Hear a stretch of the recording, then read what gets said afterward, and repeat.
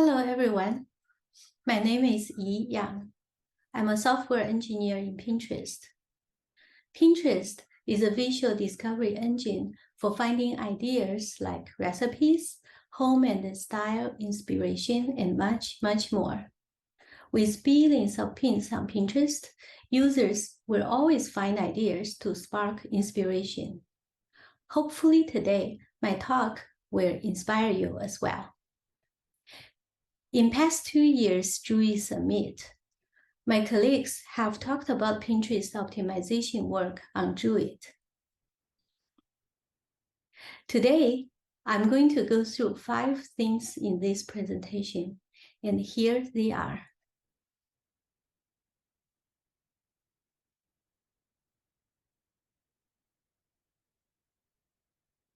First, let's look at problem with skewed data. In a data source, when one dimension is used as filter in most queries, we want to partition data by hashing of this dimension. In a lot of use cases in Pinterest, such partition dimensions are some kind of ID. Some ID tend to have way more rows than other IDs, and we call them large ID. Queries with filter on such large IDs tend to time out.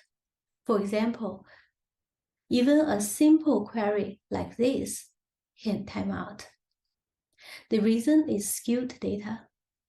When a data source is partitioned by hashing of ID, each ID gets same weight, and large ID is not evenly distributed across all shards. So parallel computing was not well used in this case. To solve this problem, initially we tried to partition data with ID plus a secondary or even a tertiary dimension, hoping to even out data distribution. But still there's problem, because the additional dimension can also be skewed. So this approach works in some cases, but a lot of times it still doesn't work. To solve the skewed data problem, the key is to make data distributed evenly across all shards. We want large IDs occupy more shards. The larger an ID is, the more shards it should take. So here, we came up with optimization called smart partitioning. And here is how it works. First, we define a large ID as those ones with number of rows greater than a certain threshold. Here, we use 500,000 rows. Then we set target number of rows per shard as 10 million. At the ingestion time, we take an extra step to count number of rows for each ID. And then we sort IDs in ascending order. For example, in this chart, we sort by ID. And for each ID, its number of rows determine whether it is a large ID. And we mark those large IDs. At the bottom of the table, we sum up total number of rows from all IDs. Next, based on the stat we gathered, we calculate target number of shards in a world of perfect distribution. We take the total number of rows of the ingestion, divide by target number of rows of each shard. For this example, we got total 1.3 billion rows. And we divide it by target number of rows per shard, which is 10 million. So we got 130 shards. Now we can fill up the shards. Remember, our goal is to spread out IDs evenly across the shards. It is like we have a fixed number of shards, and we want to fill them up with many big and small rocks. How do we do that? Usually we put in the big rocks first, make them distributed evenly across all jars, Then we put in small rocks. The same idea applies here. So we divide each shard into top and bottom sections. We first fill in the top section of all shards with large IDs. We do that in a round-robin way. For example, ID 1 is a large ID, and 500,000 of rows goes into shard 1, then shard 2, until all large ID 1 has been used. Then after a large ID fills the last shard, which is shard 130, we go back to shard 1. We do it in a round-robin way. So after all large IDs are done, we will fill up each shard with small IDs in a sequential way. For example, here in shard 1, we put ID 2, ID 3, and so on, until shard 1 is full with 10 million rows. We move on to shard 2. This way, we repeat on each shard until all rows are done and all 130 shards are filled up. Now, after all the shards are filled up, we save the ID information in metadata. For large IDs, remember, we have 500,000 threshold for large ID, and we have 10 million rows in the shard. That means there's at most 20 large IDs per shard. As there's not so many large IDs, we can save all large IDs literally in the list in the segment metadata. And for smaller IDs, as there are so many smaller IDs, and we can't save all of them. But as they were put in the shard in the sequential way, we just need to record the start and ending start small IDs. So when a query comes in with filter on the ID, we just need to check the metadata of a segment to see if this ID is one of the large ID or if it falls into the range of smaller IDs. Then we can quickly determine if this ID exists in this shard or in this segment. So here is a benchmark result. Our test used 3 copies of same set of data. For each copy, we use different partitioning schemes to compare their query latency. The large ID here is a certain advertiser. We call it name ABC. It has about 10 million rows. First 2 schemes are both partitioned by hash, and hashing by ID plus a secondary dimension. They both use secondary dimension, and they each use a different secondary dimension, and also they use different number of shards. One is 137, another one is much bigger, which is 908. In both cases, queries on the large advertiser, this name ABC, got timeout after 5 minutes. In the last column, we use smart partitioning. As a result, the number of shards it generated is 138, which is similar to the first column. But the large ID took 18 segments in smart partitioning, compared to only 4 segments in the first column. Notice the second column shows the large ID took 15 segments. But as the total shards of the second one is 908, which is much higher than the third column, so both first and second schemes are still skewed. In the bottom row, we can see the query response. The query response time with smart partitioning is 50 seconds. Compared to timeout after 5 minutes in first 2 columns, that's at least 5 times faster. And because the cluster usage is much smoother with smart partitioning, the infrastructure cost is lower too. In Pinterest, we have been using this smart partitioning in a lot of cases, and it's proven to be effective. Next, let's take a brief look at Pinterest GUI architecture. We have 4 main blocks here. On the top, the middle one is a standard GUI cluster. Top right is a standard real-time ingestion path. We use Kafka in Pinterest. It goes through Overlord and Middle Manager.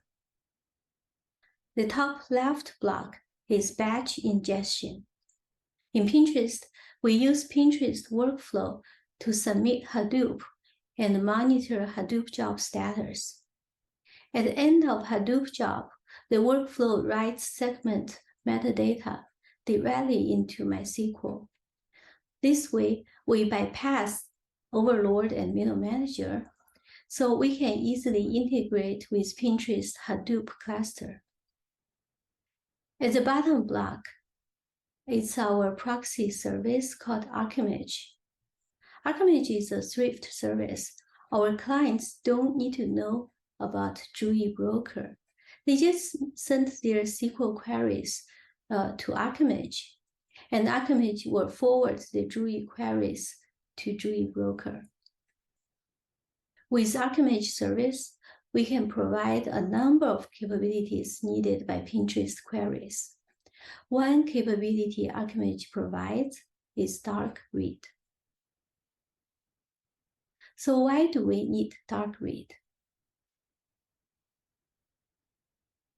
One main reason is we want to evaluate new host types or new configurations without disturbing production cluster. This diagram shows an example when we want to evaluate a historical tier.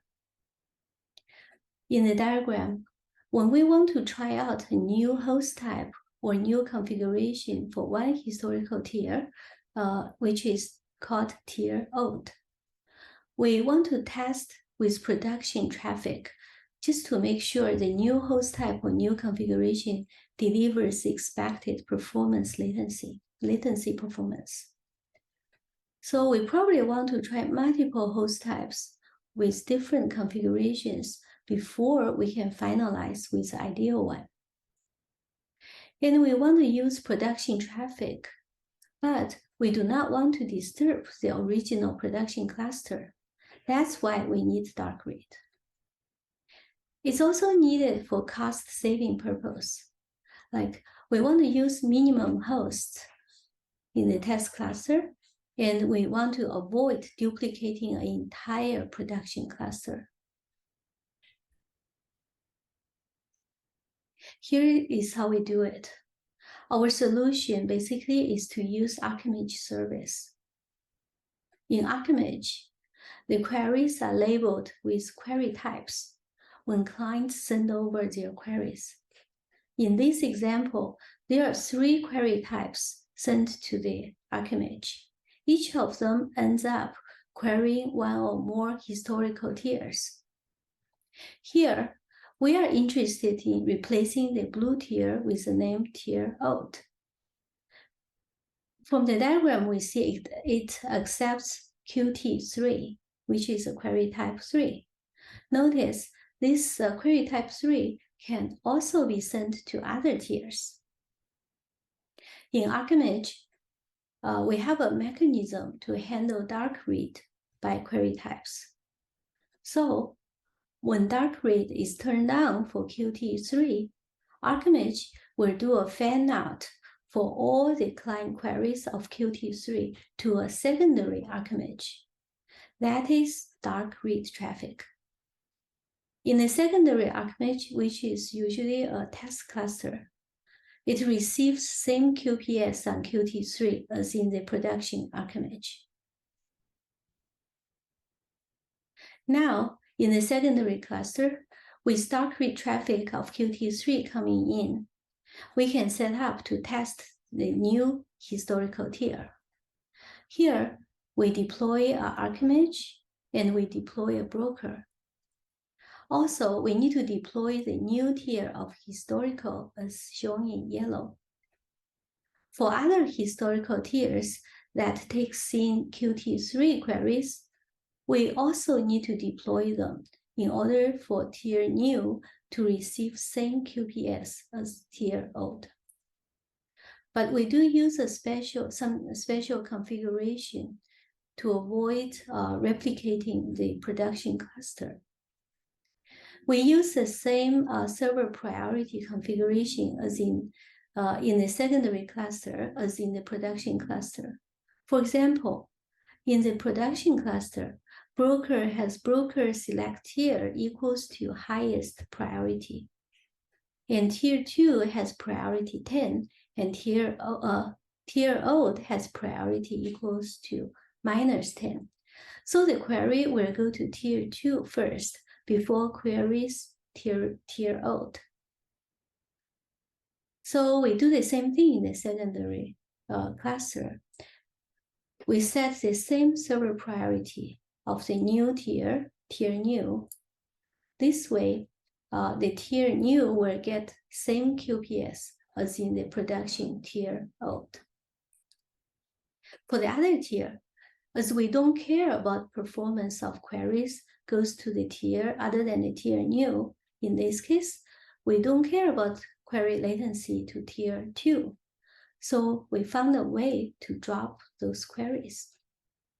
We use a customized query context sent from archimage, which contains keyword of target historical tier name.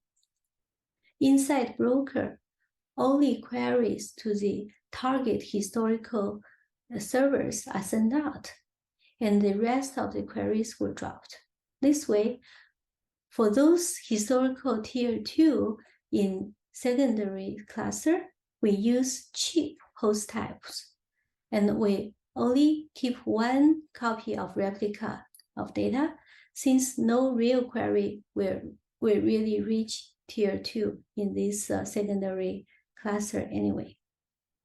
This way, we have minimum hosts deployed in the secondary cluster, and we have live traffic dark read. And the production cluster is not affected at all. Furthermore, from secondary archimage, we can fan out another dark read to a third archimage. This way, we can run dark read on multiple clusters to do apple-to-apple comparison. Next, I would like to share a case study on large-scale daily ingestion. In this use case, there's huge number of schema-less daily ingestions to scale up to 50,000. They all have different schemas. Most of the ingestions have very small data. Only a few of them are large. And the ingestions are happening at random time from multiple channels. First, we know the native Druid ingestion through Overlord is unable to scale up because there will be excessive locking in the single metadata controller. And in Pinterest, we have used Pinterest workflow job to trigger Hadoop job to handle batch ingestion. And this huge scale will overwhelm our Hadoop system. So we need to speed up these small ingestions, and we want to decouple request submission from ingestion, so we can have back pressure when there's lots of incoming requests. And another challenge is on the UI, it needs to display distinct dimension values for many tables ingested by this use case. And it's very expensive and slow to select distinct column every time at runtime. Then we worked out a solution. First, we use a pin later queue to serve as ingestion back pressure. PinLater is an asynchronous job scheduling service developed inside Pinterest. It has rate limit for dequeuing. This way, we avoid congestion when large number of requests are submitted at the same time. And for ingestion itself, as the majority number of ingestions are for small data, it has too much overhead if we go through a Hadoop MapReduce job. So we decided to generate the GUI segments directly inside PinLater worker for small ingestions. And we reserve the Hadoop jobs for large ingestions, which are not that many. With this hybrid approach, we are able to handle large number of ingestions. And for distinct values of dimensions, we calculate distinct values along with Druid ingestion, and then we save them in a separate GUI table. This way, we don't need to run expensive query at the runtime every time when the user wants to pick up distinct value on the UI. And when data turns old, like 1 year later, we all need to save them in daily segments. So we developed a tool to automatically compact all the data sources for segments older than 1 year. This way, long-term data will turn into monthly segments. And they reduced the storage, also reduced segment count. This is a more detailed ingestion pipeline. Next, I would like to share a cost-saving idea. We know EBS is relatively cheap, where the computing cost is high. In some cases, the QPS goes up and down regularly. Like for example, in the morning, the QPS goes up, and then in the evening, it goes down. So when QPS goes down, we can also scale down our historical tiers.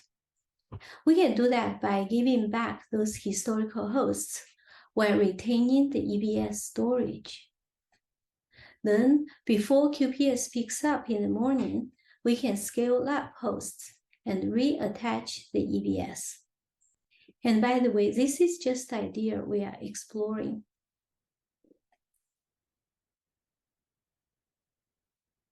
We encountered following GUI limitations, which are hard for us to resolve. There's limited SQL support. For real-time ingestion, there's a lack of incremental and continuous compaction without creating lock on existing ingestion. So it is hard for us to deal with late timestamps. Query-wise, there's limited indexing capability. And for new user onboarding, the learning curve is quite steep. So that concludes my presentation. Thank you very much.